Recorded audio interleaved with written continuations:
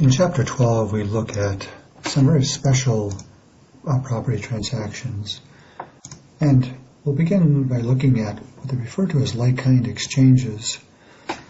As a result of the 2017 Tax Cut and Jobs Act, like-kind exchanges now only apply to real property. It used to apply to personal property as well, such as tractors and machines and but equipment and so forth, but that no longer applies. It's been simplified, I guess, to some extent, and that is that it only applies now to businesses and investments that relate only to real estate. So like-kind exchanges defer, at least in part, the recognition of gains on the exchange, and that's the great benefit of these exchanges. Property transferred and the other property received must be held, as I said, for either business use or for investment purposes.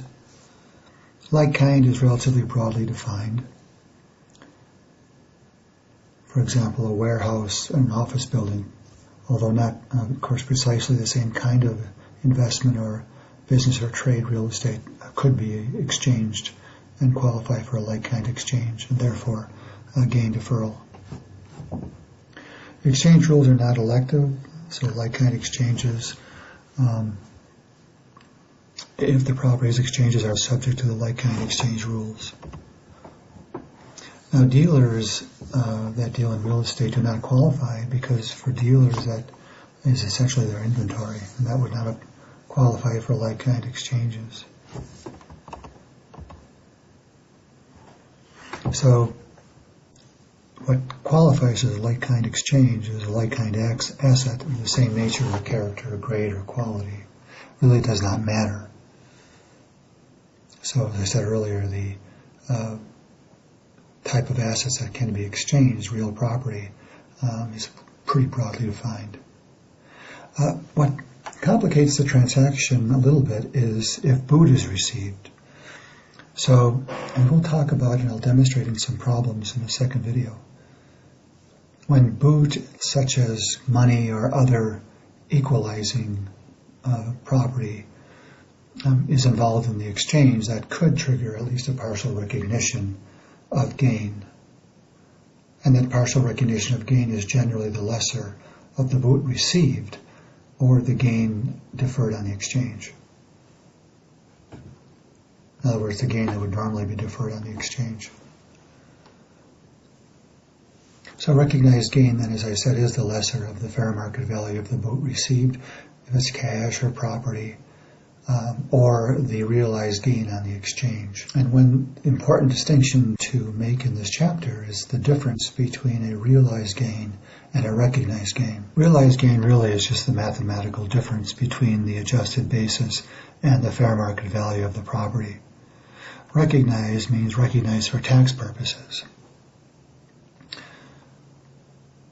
And as I said, the taxpayer who receives boot in a like-kind exchange does trigger the recognition of some gain. Giving boot, on the other hand, does not cause any gain recognition. So the basis calculation of property received in a like-kind exchange is going to be the basis of the property given, plus the basis of any boot given, minus any boot received, and plus any gain recognized. Of course, if the gain is recognized, it means it's already been taxed. An alternative way of calculating this is taking the fair market value of the property received and then deducting the deferred gain. So as I mentioned, these concepts will make a little bit more sense by demonstrating them in some problems, which I'll be doing in the next video. When exchanges do not have to be simultaneous, however, there are some time limits, so that if one of the parties to the exchange has exchanged their property, generally they need within 45 days to locate replacement property, and then 180 days to actually receive the replacement property in order to qualify as a like-kind exchange. If there are liabilities assumed in the exchange, then the release of a liability is considered boot.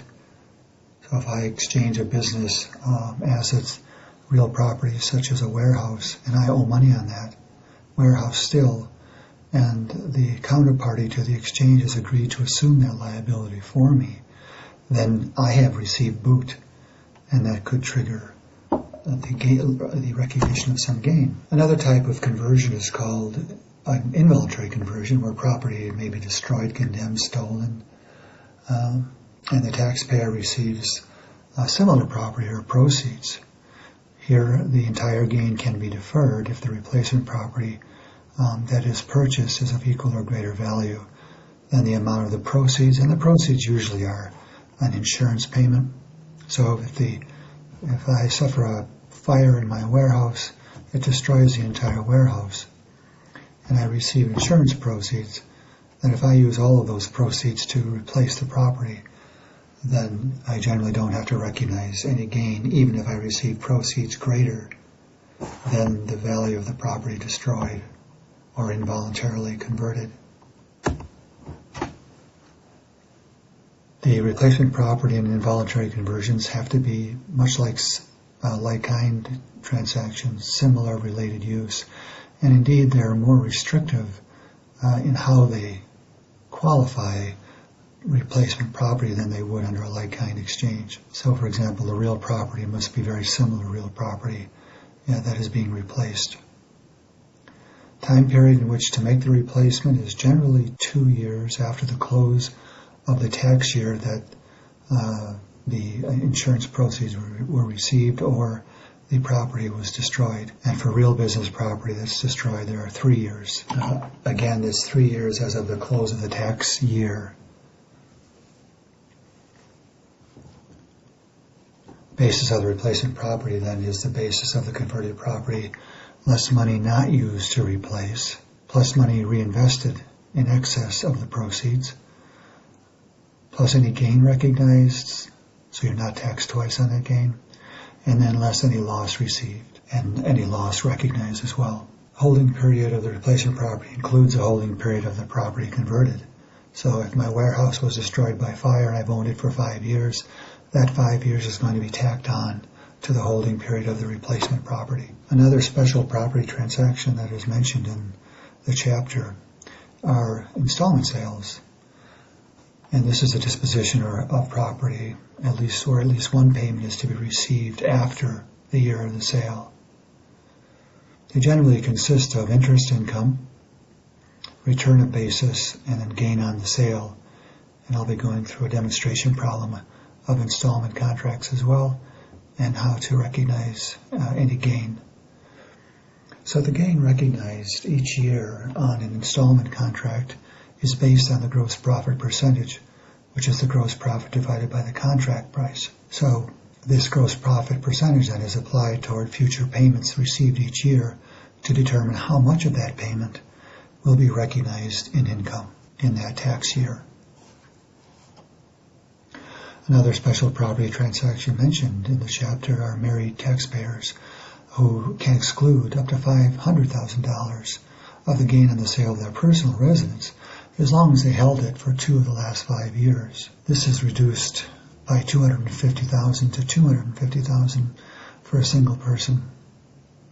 This provision is an exclusion and not a deferral, so it's a wonderful benefit for taxpayers because the capital gain on the sale of their residence, if they qualify, is permanent, and they never have to pay taxes on that gain. And generally, they can only do this once every 2 years. There are a couple of tests, as I mentioned. The ownership test, where the home had to be owned for at least 2 years, or lived in the home for at least 2 years. And the tests don't have to be continuous, so as I said, it could be 2 of the last 5 years, but they don't have to be consecutive years as long as within the last 5 years they were owned and used by the taxpayers for 2 of those years. And by the way, there is an exception to this where they can prorate the recognition of a part of the gain if they didn't satisfy the 2-year test, but they had to move because of health reasons or because of a change in job. Then even if they didn't live it in 2 of the last 5 years, they may be able to prorate a portion of the exclusion and apply it against their gain. A couple other special transactions that were covered in Chapter 12 are losses on the sale between related parties. Generally, related parties would include family members, lineal descendants, ancestors. If a stockholder owns more than 50% of an entity or a partner owns more than 50% of a partnership, those are considered related parties. In the chapter, they talk about constructive ownership rules where, for example, if a wife has an ownership interest in a company, the husband is considered to have a constructive ownership equal to the wives. And this is true of lineal descendants too. It's also true of relationships through corporations and partnerships. They give a nice example in the text about how to calculate constructive ownership when someone you're related to owns property and it's accorded to you as though you own it too. The loss of disallowance, because if parties are related, they may not generally take a loss, because sometimes taxpayers who are related might attempt to shift the loss to a lower taxed related party. And the IRS is aware of this, Congress is aware of this, so generally losses are not allowed between related parties. That is to say, recognition of the loss is not allowed. But the loss disallowance does not, as I mentioned, affect the basis of the property to the buyer. And then wash sales. And wash sales rules disallow a tax loss where the ownership of a company is not reduced. So essentially a wash sale occurs if the same stock is purchased 30 days before or 30 days after the sale. So for example, if I own some stock and I sold half of it, and then shortly after, within 30 days, I repurchase the exact same shares. Well, the IRS is going to view this as a wash sale. That is, from their point of view, the ownership in the stock never really changed. And so, if I acquire those replacement shares within 30 days, it's viewed as though I never sold the original shares, and loss then on the original sale would not be allowed.